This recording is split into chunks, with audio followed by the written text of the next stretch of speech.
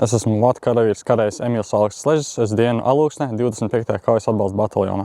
Atnākot uz dienestu, es cerēju, ka mani pirmkārt sagatavos kā normāli karavīri, ja krīzes situācija pienāk, protams, nedod Dievs, bet es varēšu reāli izdarīt savu pilsoņu pienākumu un aizstāvēt valsti. Otrkārt, es nācu ar domu, ka mani fiziski sagatavos, tas nozīmē, es kļūšu fiziski spēcīgāks, varēšu fiziski daudz vairāk izdarīt. Un trešais arī savā ziņā uzlabot savu veselību arī šādām fiziskajām aktivitātēm. Manuprāt, pats grūtākais posms savā ziņā ir pamatapmācība, jo pamatapmācībā tu vēl īsti nezini, kas būs tālāk. Un tu vienkārši ej, un tev katru dienu ir pa lielam grūti. Tad, lai pamatapmācības laikā es ar šo cīnītos, es pārsvarā klausījos vienkārši instruktoru, ko viņi saka, klausījos viņu ieteikumus. Un seržants ļoti labi pateica, viss ir galvā.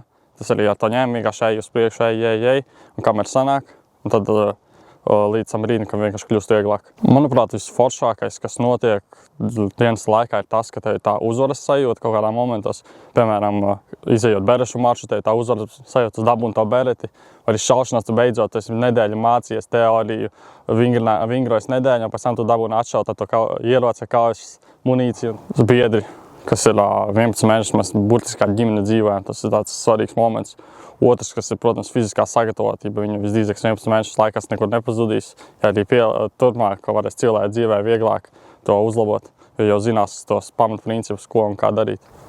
Pirmais, ko es varētu jaunajam Vatu karavīram ieteikt, ir, manuprāt, nebaidīties vienkārši. Viņš ej un dari, klausa instruktorus. Viņi zina, viņi ir tam izgājuši daudz reizes, viņi zina, ko darīt. Pabeidzot šos 11 mēnešus ir tāds nosacīta neskaidrības sajūta, jo it kā tas laiks likās, ka viņš vilksies ilgi, bet ir tik ātri pagājis. Protams, būs žēl zaudēt tos draugus iegūstus savā ziņā, jo ar daudziem es pieņemu, ka netiksies vienkārši pēc šiem 11 mēnešiem. Bet no otras puses ir tas saprast, ka ir tas izdarīts, ir tā uzvaras sajūta.